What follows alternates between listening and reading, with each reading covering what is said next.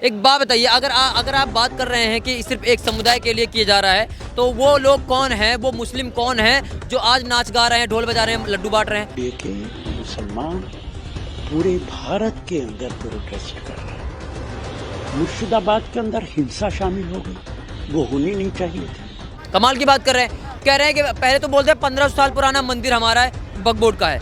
उसमें वक्फ बोर्ड था, उसमें तुम्हारा अस्तित्व था, तुम थे। कि उनका मेंटल लेवल वही है। मोदी जी कुछ भी करे, आप कुछ भी करें, मेंटल लेवल उनका चेंज करने की जरूरत है। जो कर रहे हैं वो गलती होगा। आपको बता दें कि हर जगह से बिल है वो पास हो चुका है। साथ ही आपको ये भी बता दें, विपक्ष है वो लगातार तंज कस रहा है। जहां सुविदिन ओवैसी और कांग्रेस है वो याचिका दायर करने की बात कर रहे हैं, कोर्ट में जाने की बात कर रहे हैं। कई लोगों ने तो जो ऑल इंडिया मुस्लिम जैसे जो लॉ है उन्होंने तो याचिका भी दायर कर दी है। और आपको ये भी बता दें कि बिहार में भी जो वक्फ बिल है उसको लेके खलबली मच गई है। कई सारे जो नेता है जेडीयू के, लगभग 2 का आंकड़ा लगाया जा रहा है, उन्होंने इस्तीफा भी दे दिया है। वो मुस्लिम नेता है। दिल्ली की जनता से बात करते हैं। क्या नाम हो आप? मेरा नाम दीपक शर्मा। क्या कहेंगे, जो वक्फ बिल दोनों सदनों में पास हो गया है, उसके बाद अब प्रदर्शन का दौर अभी भी जारी है। चाहे वो अहमदाबाद हो या कोलकाता हो, वहाँ पे कई जो मुस्लिम समाज के लोग हैं वो प्रदर्शन अभी भी कर रहे हैं। कह रहे हैं ये प्रदर्शन रुकने वाला नहीं है जब तक कि सरकार इस बिल को दोनों सदनों से वापस नहीं ले लेती। देखिए, बिल को वापस लेने के लिए क्यों कहा जा रहा है, इसमें गलत क्या है? एक बात बताइए, अगर आप बात कर रहे हैं कि सिर्फ एक समुदाय के लिए किया जा रहा है, तो वो लोग कौन हैं, वो मुस्लिम कौन हैं जो आज नाच गा रहे हैं, ढोल बजा रहे हैं, लड्डू बांट रहे हैं? हमने सोशल मीडिया पे देखा है भैया, वो तो कह रहे हैं भैया मोदी जिंदाबाद। आरएसएस के कार्यकर्ता है। आरएसएस के टोपी लगा के आरएसएस के कार्यकर्ता बनते हैं क्या, या बुरखा पहन के बनते हैं? आरएसएस के ऐसे बनते हैं क्या?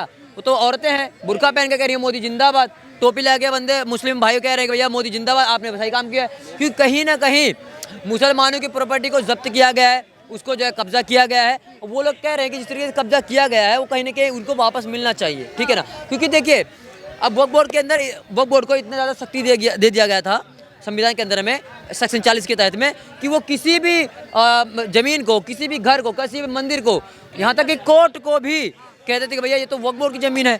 यहाँ तक कि जहाँ तक पटरी जा रही है ना, ये 6 फुट के अंदर में जहाँ तक पटरी है ये भी उनका है। यहाँ से बिहार तक अगर पटरी जाए तो ये इनका है, यहीं पे सो जाएंगे। कमाल की बात कर रहे हैं आप। सभा को संबोधित करते हुए कहा कि प्रयागराज में सभा को संबोधित करते हुए कहा कि भैया ये प्रयागराज को भी बोल दिया था जब महाकुंभ हुआ था तो ये वक्फ बोर्ड की जमीन है। हाँ। अब सरकार ने बिल पास करवा दिया है तो अब इनका अच्छा खासा जो आंकड़ा है वो लगाया जाएगा, कितनी जमीन को गलत कब्जे में लिया है। कमाल की बात कर रहे हैं, कह रहे हैं कि पहले तो बोलते हैं 15 साल पुराना मंदिर हमारा है, वक्फ बोर्ड का है। उसमें वक्फ बोर्ड था, उसमें तुम्हारा अस्तित्व था, तुम थे, तब संविधान था नहीं था ना। और उसके बाद कह रहे हैं कि भैया मंदिर था, उसके बाद कह रहे हैं प्रयागराज भी हमारा है, उसमें तुम जो ये अपना प्रयागराज का वो लगा रहे हो स्नान का सिस्टम, वो हमारा है। अब कुछ दिन बाद कहेंगे भैया ये जीबी रोड भी इनका ही है, वक्फ बोर्ड वालों का। तो कहाँ तक जाओगे? कह भी दिया इनका जीबी रोड भी है, पता नहीं कहाँ पे कौन काम कर रहा था। कमाल की बात कर रहे हो यार। और दूसरी बात ये जो बिल आया है ना, बिल्कुल सही है भाई, इसको पास होगा। इसके अंदर में हिंदू मुस्लिम सब के सब समर्थन दे रहे हैं, क्योंकि इसके अंदर जो कानून था, इसके अंदर महिला जो मुसलमानों के जो कम्युनिटी में जो सबसे नीचे वे आते हैं, उनमें अगर महिला है कोई और उसके अगर ज़मीन को जब्त किया है या उस पर धावा बोला है, तो वो मुस्लिम महिला वो जाके वहाँ पर वो नहीं कर सकती, बोल नहीं सकती, अपील नहीं कर सकती है। ये कैसा कानून है भाई? मतलब ये मतलब आपको इतना पावर दे दिया कि आप किसी भी ज़मीन को बोलेंगे हमारा है। ये तो मतलब वही वाली बात है, जब्त करने वाली बात है। बिल को लेके काफ़ी चर्चाएं वो भी तेज हैं। साथ में जो जेडीयू है, नीतीश कुमार की पार्टी के कुछ मुस्लिम नेता हैं, उन्होंने इस्तीफा भी दे दिया इस बिल से नाराज होकर, क्योंकि नीतीश कुमार ने तो इस बिल का समर्थन किया पर उनकी पार्टी के मुस्लिम नेता हैं, उन्होंने इस्तीफा दे दिया। देखिए, उनका तो बिल्कुल इस्तीफा देना बनता भी था, क्योंकि वो मुस्लिम है और वो जो है कहीं ना कहीं वक्फ बोर्ड को सपोर्ट कर रहे थे। मुझे लगा कहीं ना कहीं 2-4 एकड़ ज़मीन उनका भी होगा, है ना, क्योंकि बीजेपी में थे ना आप लोग। तो आप लोग सिर्फ वक्फ बोर्ड को बचाने के लिए आपने क्या किया, इस्तीफा दे दिया। आप विकास करने के लिए आए थे, पब्लिक ने आपको विकास करने के लिए चुना था और आपने इस्तीफा दे दिया। ओवैसी साहब पार्लियामेंट में बैठ के आराम से रो रहे हैं, वो 15 मिनट वाले कि 15 मिनट, अभी 9 बजने में 45 मिनट हुए हैं, 10 बजने में जाएंगे। कोर्ट में याचिका भी दायर कर दी है उन्होंने, कांग्रेस पार्टी ने भी याचिका दायर कर दी है, all India Muslim personal law ने भी याचिका दायर कर दी है। देखिए, आप कुछ भी कर ले, घंटा कुछ नहीं कर पाएंगे आप, क्योंकि वो पास होके रहेगा, क्योंकि वो गरीबों का, मजलूमों का आपने ज़मीन हड़पा है। और ये लोग जो है कहते हैं कि भैया वक्फ बोर्ड की जो ज़मीन है वो अल्लाह की राह में लगाई जाएगी, नेक काम में लगाया जाएगा। तो भैया आप लेके 5 स्टार होटल क्यों बना रहे हो, उसको बेच क्यों रहे हो? है भाई, वक्फ बोर्ड की जो ज़मीन है उसको जो है मदरसा बनवाओ, पढ़ेंगे लोग उसके अंदर, स्कूल बनवाओ। लेकिन ओवैसी साहब जो पार्लियामेंट में रो रहे थे, उसका मेरे को समझ में आया। 200-400 एकड़ जमीन आपकी भी थी क्या उसके अंदर, या फिर वक्फ बोर्ड से आपको जो है फंडिंग आ रही थी? 3,000 करोड़ लगभग उनके पास, सॉरी 3,000 जो बीघा जमीन है वो लगभग बताई जा रही है कि असुद्दीन ओवैसी के पास 3,000 एकड़। अरे भैया कुछ तुम्हारे लोग कह रहे हैं ऐसा, कुछ लोगों का कहना है। अगर ऐसा वो बोल देंगे ना तो भैया ये तो बहुत गलत हो जाएगा। 3,000 एकड़ जमीन भैया बहुत होता है। और भैया और ससुद्दीन ऐसा ओवैसी सुनने में साहब, इतना जमीन तुम्हारे बाप दादा लाए कहाँ से थे? उठा के कंधे से कहाँ लाए थे? सब कब्जे में है, सब एक इंच जो है सरकार को है, ये इसको जब वापस लेंगे, क्योंकि हम लोग मुसलमान भाइयों के साथ में हैं, क्योंकि हम उनके साथ कंधे से कंधा मिला के खड़े हैं। हम तुम्हारे साथ गलत नहीं होने देंगे, क्योंकि कहीं ना कहीं ये वक्फ बोर्ड, ये जो जितने भी मुसलमान भाई है उनके ज़मीनों को हड़पने का काम किया है और उनको वापस दिलाने का काम किया जाएगा। और मुस्लिमों का जो मुस्लिम महिलाएं हैं उनका भी ज़मीन किया गया है, वो हड़पा गया है, वो रो रही हैं, बिलक रही हैं। तो कहीं ना कहीं बिल्कुल सही काम कर रही है बीजेपी, साथ खड़े हैं, बिल्कुल दिया जाएगा। अच्छा, जहाँ तक राहुल गांधी और प्रियंका गांधी वाड्रा की बात की जाए तो इन पे सबकी नज़र रहती है, जितने भी कहा जाए कि मुस्लिम समाज हैं ज़्यादातर इनकी जो नज़रें हैं वो इन्हीं की तरफ रहती हैं कि भैया अगर कुछ भी बीजेपी नीतियाँ हैं और बिल बनाएगी तो ये सबसे पहले उसका विरोध करने के लिए खड़े हो जाएंगे। यही कहीं ना कहीं जो मुस्लिम समाज के लोगों की नज़र थी जब संसद में बिल पेश हो रहा था, तो राहुल गांधी और प्रियंका गांधी पे थी कि ये लोग कुछ बोलेंगे, दो शब्द आके बोलेंगे कि भैया ये बिल असंवैधानिक है या फिर गलत है, लेकिन कुछ भी आके नहीं बोला राहुल गांधी और प्रियंका गांधी ने। देखिए आगे बैठे थे ना, वो सुन रहे थे, उनको पता है कि भैया हम चाहे कुछ भी बोल ले, चाहे कुछ भी कर ले, लेकिन तुम्हारी कॉमेडी बननी है। क्योंकि राहुल गांधी जब भी भाषण देते हैं 2-4 कॉमेडी इनको बन जाती है, 2-4 मीम बन जाती है। और दूसरी बात ये भी है कि वो इसलिए भी नहीं बोले कि आप कुछ भी कर लें, ये बिल पास होके रहेगा। आपका जो सपना है आने वाले टाइम में प्रधानमंत्री बनने का, और अगर आपने 4 शब्द बोल दिए तो वो बिल ले डूबेगा, क्योंकि ये हक की लड़ाई है, हक की लड़ाई है तो जीतेंगे जरूर। क्या नाम हो आपका? मेरा नाम सोनू राष्ट्र सेवक है। क्या कहेंगे, दोनों सदनों में बिल पास हो गया है, राष्ट्रपति के पास जाने के बाद भी पास होने वाला है, और कहीं ना कहीं विपक्ष है वो भी नाराज है। लगातार जो कई पार्टियां हैं वो याचिका दायर कर रही हैं कोर्ट में। दीदी ये सब तो ऐसा ही नॉर्मल बात है। देखिए जो सरकार का काम है, सरकार कोई भी आता है तो वो अपना काम करता है, आपको भी मालूम है चीज़ के बारे में। तो देखिए एक शायरी आपने पर सुना भी होगा, क्यों पड़े हो चक्कर में कोई नहीं है टक्कर में। तो सरकार का काम है, जो सरकार का जो भी धरना दे रहे हैं दीदी, आप विश्वास ने आप खुद जाना और उनसे पूछना कि आप क्यों मतलब कि धरना दे रहे हो, बता नहीं पाएंगे। देखिए जो इसमें बड़े बड़े लोग हैं, उनका समाज के लोग जो एजुकेटेड लोग हैं, उन लोगों का जो बरगला के सब धरना प्रदर्शन दे रहा है, वो लोग भी बहुत खुश है। जो सच्चे मुस्लिम समाज के लोग हैं। दीदी मैं सच बता रहा हूँ आपको, जो मैं सच वही बता रहा हूँ। मैं ज़मीनी स्तर से देखता हूँ ना, जो गरीब लोग हैं बहुत खुश है। मिठाई नहीं बांटा उन्होंने, क्या नहीं किया, आप बता न्यूज़ पर देखते ही हैं। मुस्लिम कम्युनिटी के लोग भी बहुत खुश हैं। आरएसएस के कार्यकर्ता, अरे दीदी तो आरएसएस के, तो वो टोपी आरएसएस वाला क्यों लगाएगा? उन तो लाल, हम आरएसएस से है तो हम लाल टोपी थोड़ी ना पहनेंगे, करिया हम पहनेंगे तो काला उजला तो नहीं पहनेंगे। वो गलत बोल रहा है जो बोल रहा है। आरएसएस के नहीं, वो जो गरीब मुस्लिम है ना वो बहुत खुश है, और जो अरबों खरबों रुपया के जो जपत मारा है उनको बहुत तकलीफ है इसके, तो इसके कारण ऐसे कह रहे हैं। और क्या नाम हो आपका? भगत जी। जानते हैं वक्त बिल के बारे में? क्यों नहीं, बहुत कुछ जानते हैं, बोलिए।